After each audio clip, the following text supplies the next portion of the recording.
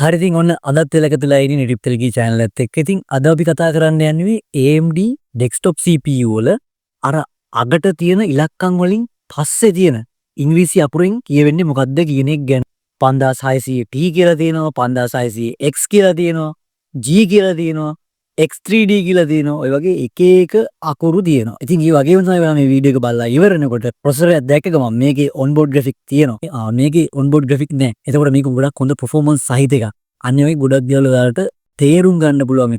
හරි ඉතින් මුලින්ම මම අරන් තියෙන්නේ Ryzen 3 1200. ඉතින් ඔයාලට පේනවා ඇති ඉතින් මුල්ම ආපුවා ඒ කාලේ. ඉතින් අපි මේකේ චුට්ටක් යරට ගිහලා බැලුවොත් එහෙම ඉතින් ඔයාලට පේනවා මේකේ සාමාන්‍ය AMD Ryzen 3 1200 කියලා විතරයි තියෙන්නේ. අකට X-Watt, XT, X3D ඒ වගේ මුකුත් කතා නැහැ. සාමාන්‍ය නිකම්ම 1200 කියලා විතරයි තියෙන්නේ. අකට කිසිම ඉංග්‍රීසි අකුරක් නැහැ. ඊට පස්සේ අපි එකක් ගත්තොත් එහෙම ටිකක් ජෙනරේෂන් අලුත් එකක් AMD Ryzen 5 7600. ඉතින් ඒකෙත් වලට පේනවා අකට මුකුත් නැහැ. අකට මුකුත්ම අකුරක් නැත්තම් සාමාන්‍ය ස්පීඩ් එකක් තියෙන normal CPU එකක්. ග්‍රැෆික් ගැන අපි කතා කරද්දී ඒක ටිකක් වැඩිදුර කතා කරන්න තියෙනවා. මේකේ අකට අපි චුට්ට කතා කරමු. හරි ඊට පස්සේ දෙවෙනිට අපි ගත්තොත් එහෙම මේ ඔයාලට බලා ගන්න පුළුවන් වෙනවා මෙන්න මේ වගේ අකට තියෙනවා X අකුරක්. දැන් මේකේ අපි බලමු මොකද්ද වෙනස කියලා. දැන් ඔයාලට පේනවා මේ AMD Ryzen 9 3900X කියලා.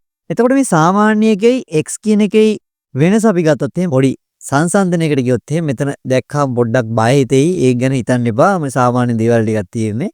දැන් ඔයාලට පේනවා මම මේ highlight කරන එක චුට්ටක් බලා ගන්න නිල් පාටින්. මෙතන AMD Ryzen 5 7600.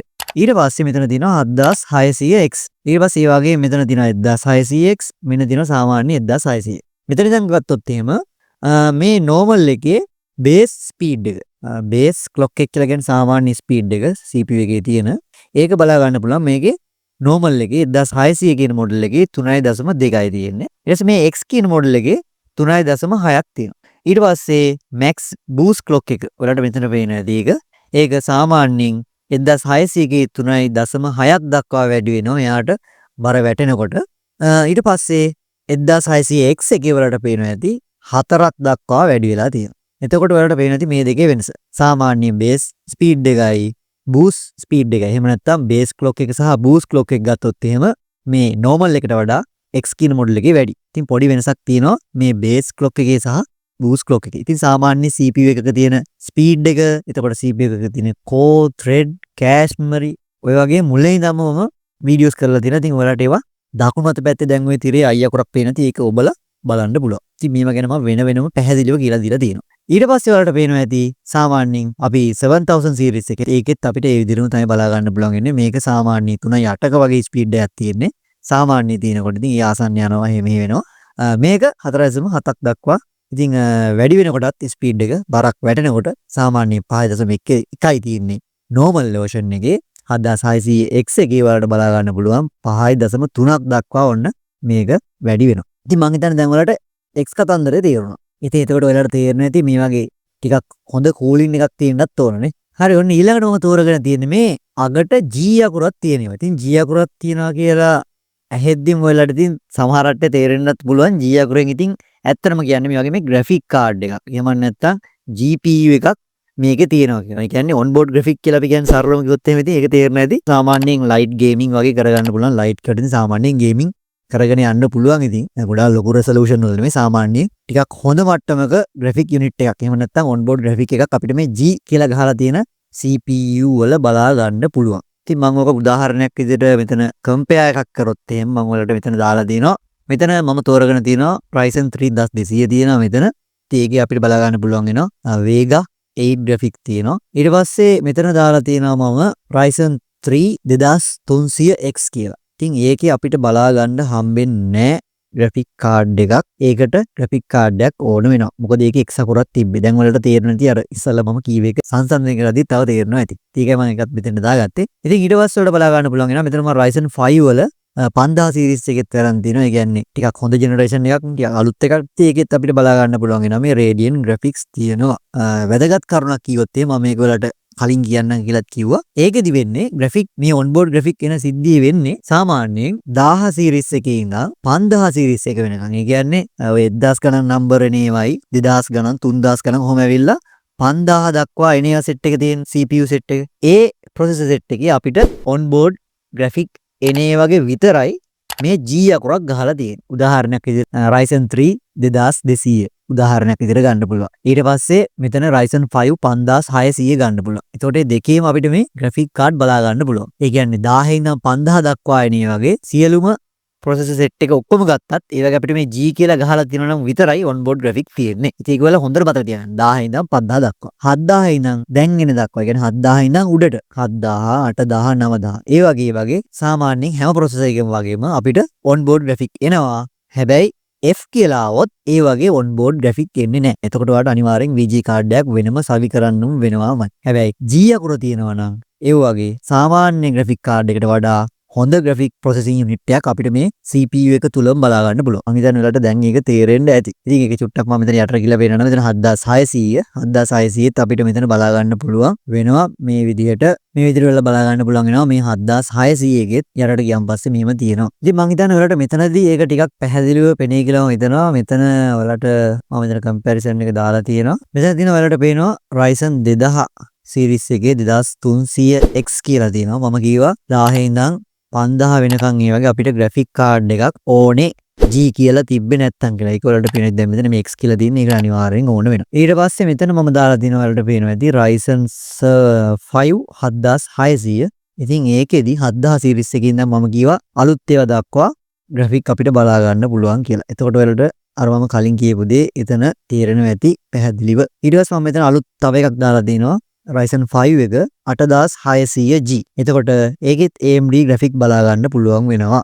ඉතින් ඒක G කියලා තියෙන හින්දා කොහොමත් සාමාන්‍ය එනේවට වඩා හොඳ graphic unit එකක් බලා ගන්න පුළුවන්. මම හිතන්නේ ඔයාලට ඒකත් දැන් තේරෙන්න ඇති. ඉතින් මේ graphic card එකක් සහිත CPU ඉතින් ඔයාලා දන්නවා Intel වගේ නෙමෙයි AMD ලගේ අපි මේවට APU කියලා තමයි කියන්නේ. ඉතින් generation එක මේ වෙනස වලට තේරෙනවා ඇති දැන් ඉතින් මේ වගේ අලුත් generation වල හැම එකම වගේ onboard graphic තියෙනවා.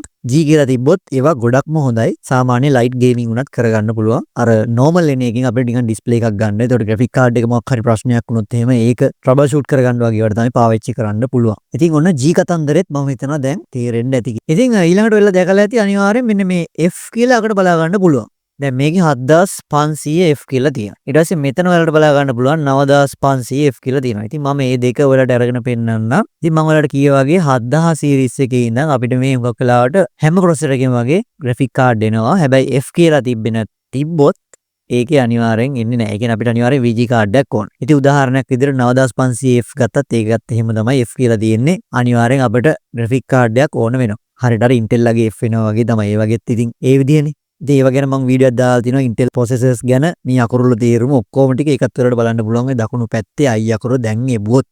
ඉතින් ඊට පස්සේ වලට බලා ගන්න පුළුවන් සාමාන්‍ය විදිහට මේ 8600G කියලා තියෙනවා. ඉතින් ඒ වගේ graphic card තියෙනවා. ඉතින් මම හිතන්නේ F කතන්දරෙත් දැන් ඔයාලට තේරෙන්න ඇති. හරි ඊට පස්සේ ඔයාලා දැකලා ඇති මෙන්න මේ වගේ අගට මේ X අකුරයි 3යි D එහෙම නැත්නම් X3D. ඊට පස්සේ ආයෙත් මේ X3D. ඔන්න වගේ 7800 X3D ඊට පස්සේ 7950 X3D අන්න වගේ අගට X3D කියලා තියෙනවා. ඉතින් මේ වගේ කියවෙන්නේ ඇත්තටම ගත්තොත් එහෙම මේ cache memory එක. ඉතින් cache memory එක ගැන දන්නේ නැත්නම් ඉතින් ඒක බලලා පොඩ්ඩක් ඉගෙන ගන්න. ඉතින් මම මේක ගැන වීඩියෝ එකක් කරලා තිනවා ඔයාලට මීට කලින්. ඉතින් cache memory එක කියන එක ගත්තොත් එහෙම අපිට මේකේ level 3කට බලා ගන්න පුළුවන්. ඉතින් මම මෙතනදී චුට්ටක් පැහැදිලි කරොත් ඉතින් සාමාන්‍ය CPU එකක් වගේ නෙමෙයි මේ X3D කියලා ඉන්නේ වගේ මේ තුන්වෙනි level එකේ cache memory එක ගොඩක්ම වැඩි වෙලට වෙනද මේ 128 96 වගේ මෙගාබයිට් ප්‍රමාණයක් බලා ගන්න පුළුවන්. ඉතින් මේ generation එකේම සාමාන්‍ය CPU එකක් එක්ක අපි සංසන්දනය කරොත් එහෙම මේ ප්‍රමාණය ගොඩාක්ම විශාලයි. ඉතින් මම ඔයාලට ඒකත් පෙන්නන්නම් දැන්. ඉතින් මේ cache memory එක වැඩි වෙන්න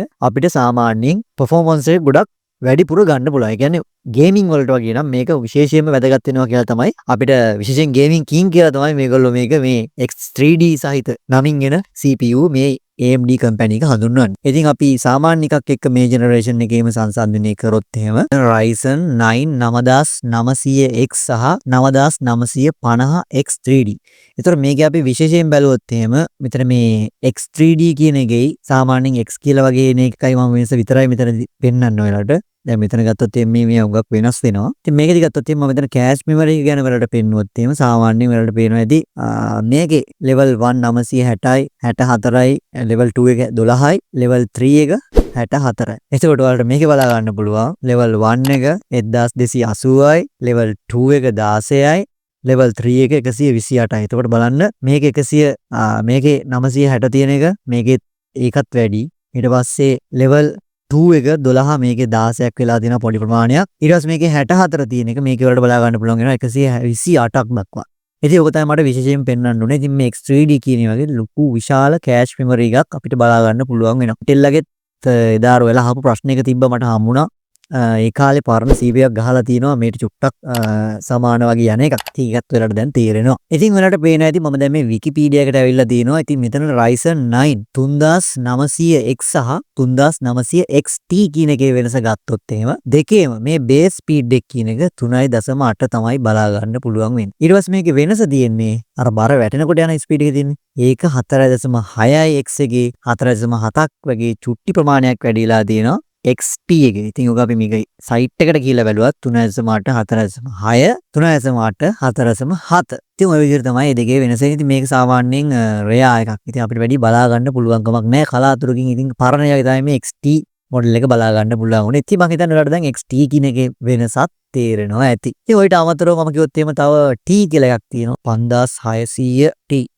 ඉතින් මේ T කියන එකෙන් සඳහන් වෙන්නේ ඇත්තටම ගත්තොත් එහෙනම් ඉතින් මේවා අර ටිකක් low power වගේ එන්නේ. ඉතින් මේට අමතරව මේ වගේ මේ Pro එතකොට එක එක ඒවා තියෙනවා GE කියලා තියෙනවා. ඉතින් ඒ වගේ ඒවා ඉන්නේ OEM වලට. OEM කියලා කියන්නේ සාමාන්‍යයෙන් ඔය CPU එක අපි කම්පැනි එකට දෙනවා මේගොල්ලෝ.